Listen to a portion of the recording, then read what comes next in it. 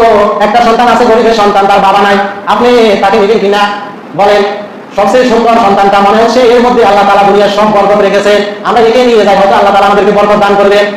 তখন সামান্য কিছু হাদিয়া দিয়া তারা নবী মুহাম্মদ সাল্লাল্লাহু আলাইহি সাল্লামকে নিয়ে আসলেন। যখন বাহনের মধ্যে উঠা হলো, ওই বাহনটা ছিল সবচেয়ে অসুস্থ, দুর্বল।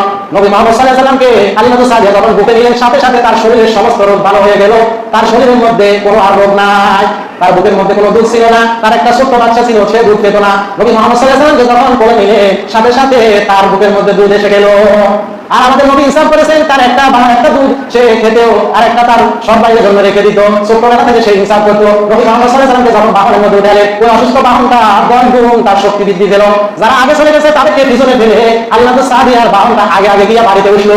বাড়িতে ওঠার পরে হালিমাতু সাদিয়া যে দেখলেন, বাড়িতে যাওয়ার পরে দেখলেন তার পুকুরের মধ্যে কোনো পানি ছিল না। নবী মুহাম্মদ সাল্লাল্লাহু আলাইহি সাল্লামকে বাড়িতে আনার সাথে সাথে তার পুকুরের মধ্যে পানি ভরপুর হয়ে গেল।